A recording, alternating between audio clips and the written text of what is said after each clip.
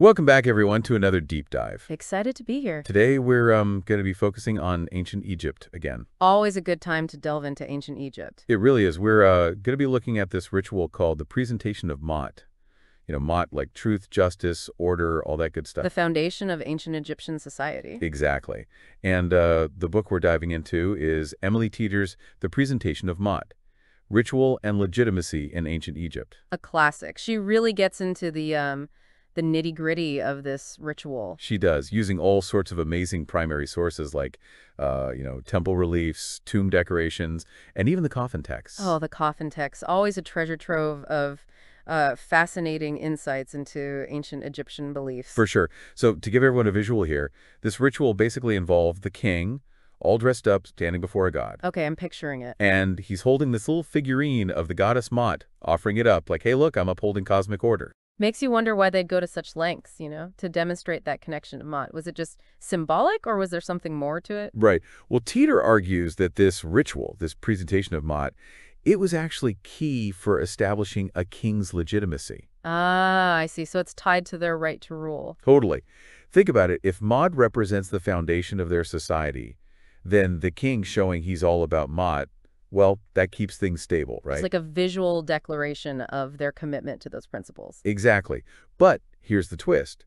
It wasn't only kings who performed this ritual. Oh, tell me more. Teeter actually found evidence that queens, high priests, even gods' wives sometimes performed it too. God's wives. Now, those are some fascinating figures. Could you remind our listeners who they were? Of course. So these were women, often from royal families, who held a lot of religious and political power, especially in Thebes. Right, right. They were closely connected to Amun-Re, weren't they? Exactly. They were super important in maintaining his cult. So performing this ritual would have been a way for them to assert their own authority. Yes, especially during times of, political change or uncertainty. It shows how adaptable the ritual was, used by different people to solidify their power. Exactly. A good example is during the Third Intermediate Period, when Egypt was divided. Oh, right. Lots of upheaval then. Yeah, so the gods' wives and themes, they used this ritual to legitimize their control and influence during that time. Wow, so Maat wasn't just about individual rulers, it was about whoever was in charge upholding that order. Precisely.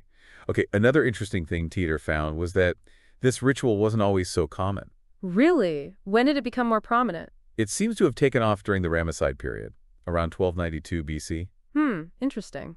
Any theories on why that might be? Well, Teeter points out that this was after a lot of disruption in Egypt, like the Amarna period, remember? Ah, right. Akhenaten and his religious revolution. Exactly. He tried to change everything with his focus on the Aten, the sun disk. It caused quite a stir, didn't it? Oh, yeah. So after his reign ended, there was this big push to go back to the traditional ways. So you're saying the Ramesside kings wanted to reassert their authority? Exactly.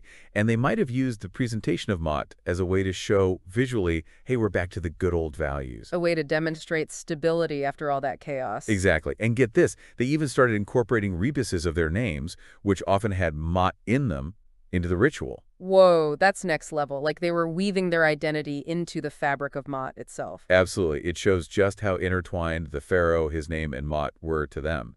But beyond just power, were there other changes to the ritual's meaning over time? It's a great question, and it's something Teeter digs into. While that core idea of, upholding Maat and royal authority, that stayed pretty consistent. But there were some subtle shifts, some nuances over time. One thing that pops out is how this ritual gets tied to Akhenaten during the Amarna period, with this whole sun worship thing.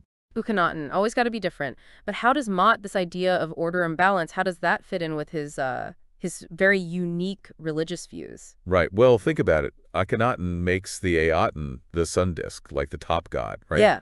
And in some old texts, Maat is actually described as the food of Re, the traditional sun god. I see, I see. So some scholars think Akhenaten might have been trying to connect his new religious ideas to those older beliefs by, incorporating Maat. So he wasn't totally ditching tradition, just trying to kind of blend his new ideas in? Exactly. Maybe a way to make those big changes a little easier for people to swallow, or even the priests who probably weren't too happy about their whole system being, thrown out the window. Right, right. Makes sense. Smart move, really, even if it seems a bit, I don't know, manipulative, maybe.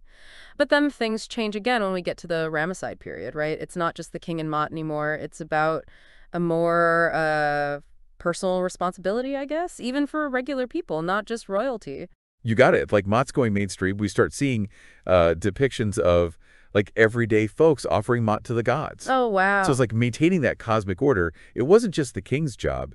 Everyone had a part to play. That's a big shift. What do you think caused that? A real change in how they thought about religion, or maybe the Ramesside kings trying to, hold on to their power by making people feel more involved. That's a good question. Teeter doesn't give us a clear-cut answer, but it's something to think about, for sure.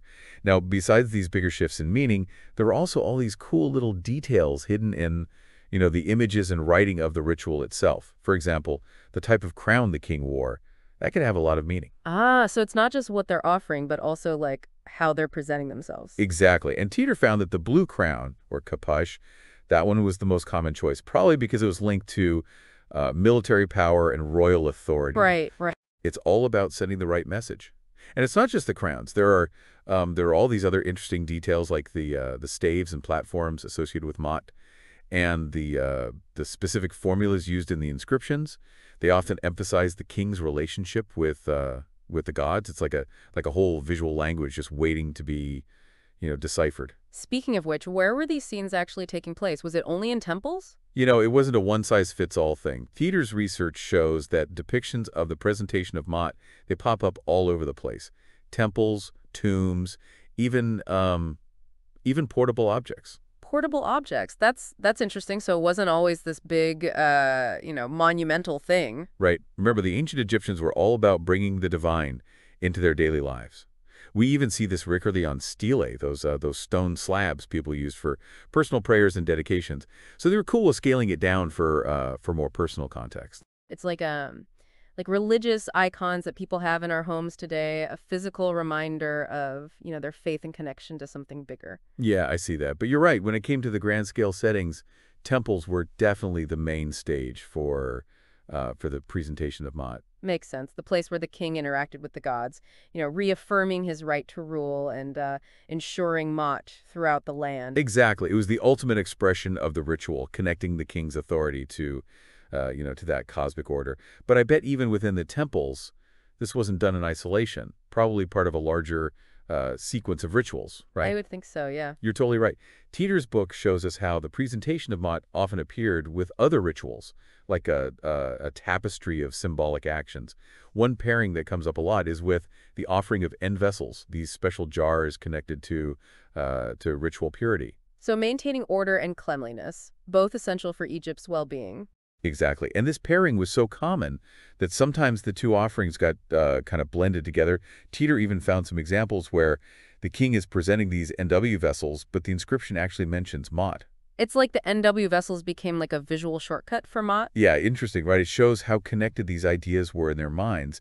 And when trying to understand this ritual, it's not just about which rituals went together, but also where they were placed in the temple. The location could add a whole other layer of meaning. So the arrangement of the rituals tells us something about how they saw, like how everything was connected. Exactly. And this leads to the possibility that the presentation of Maat might have been part of certain festivals, like the big Opet festival at Luxor Temple. Do you know that one? Yeah, it was a massive annual event. The statue of Amun-Re would travel from Karnak Temple to Luxor Temple, symbolizing this union between the god and the king. That's right. And Luxor Temple was tied to the king's Ka, his life force, and the whole idea of royal legitimacy. So some scholars think the presentation of Maat could have been part of the ceremonies meant to revitalize the king's Ka and reaffirm his link to the divine during the Opet festival. Ah, I see. So it's not just about like general cosmic order. It's also about strengthening the king personally. Exactly. Makes it even more meaningful. Now, we can't be 100% sure the presentation of Maat was always part of the Opet festival. The evidence is still kind of, a bit incomplete. That's what makes ancient history so cool. We're always piecing together the puzzle. I know, right? And speaking of missing pieces, there are some interesting things missing that raise questions. For example, Teeter mentions that even though the Opet festival is all about the king's Ka and legitimacy, there aren't any depictions of the presentation of Maat from the 18th dynasty in the southern part of Luxor Temple, where a lot of the festival took place. That is weird. Yeah, but Teeter says we shouldn't We shouldn't read too much into what's not there. The ancient Egyptians didn't always document everything perfectly. Just because we don't see it doesn't mean it never happened. It's a good point. We only get a glimpse into their world through these sources. For sure. And speaking of glimpses, we haven't even talked about one of the most interesting parts of this whole ritual. It's deeper meaning. It's more than just an offering. It's a statement about, the very core of ancient Egyptian society and how they understood the universe. So we've talked a lot about the presentation of MAAT ritual, the who, what, where, when, and how it changed over time. But now let's get to the big question, the why. Like, what did this ritual really mean to the ancient Egyptians? What can it tell us about their worldview? It really all comes back to MAAT, doesn't it? That core concept. It does. It's more than just like truth or justice, in a simple way. It's this whole principle of order, balance, harmony. It was like woven into everything. It's like the glue that held their world together, right? Nature, society, even the gods. Exactly. Without MAAT, they thought everything would just, fall apart. Chaos. Right. And that's why this ritual, the presentation of MAAT, it was so important to them. It was a way for them to visually show their commitment to keeping things in balance. Especially the kings. It was like they were saying, look, I'm doing my job. I'm keeping each stable and prosperous. And by offering MAAT to the gods, they were basically saying, I'm upholding my end of the bargain, as the link between the human and divine. It was a powerful statement, for sure, backed by that deep belief that the king was responsible for maintaining that balance. But as we've seen, the meaning of the ritual, it wasn't set in stone. It changed over time. And by the Ramesside period, we see that shift towards a more personal understanding of MAAT. It's not just the king's responsibility anymore. Right. It's like MAAT becomes more accessible to everyone. We see those depictions of regular people offering MAAT to the gods, remember? I do. It's like maintaining that cosmic order. It became everyone's job, not just the king's. It's really interesting, isn't it? And it makes you think about how this ancient concept of MAAT, how it might connect to our values today. Oh, absolutely. We might not have a goddess for it, but don't you think there are similarities between how the ancient Egyptians saw MAAT and our own ideas about society? Totally. I mean, think about our legal systems, ethics, fairness, wanting a peaceful society. Those are all, in a way, like modern versions of that desire for order and balance, the same things the Egyptians put into MAAT. It's amazing how these basic human values, they go beyond, culture and time. We might express them differently, but that need for a just and stable world, it's something we share with people from thousands of years ago. It's really remarkable. And maybe by understanding how the ancient Egyptians tried to live by MAAT, we can learn something about how to deal with our own world today. It's a good point. So as we wrap up our deep dive into the presentation of MAAT, we want you to think about how these ancient ideas might connect to your own life. How do you see truth, justice, and balance, playing out in the world today? What can we all do to support those values in our own lives? It's a question worth exploring. It is. Thank you all for coming with us on this journey back in time. We hope this deep dive has made you curious and given you something to think about. Until next time, keep exploring and keep learning. 310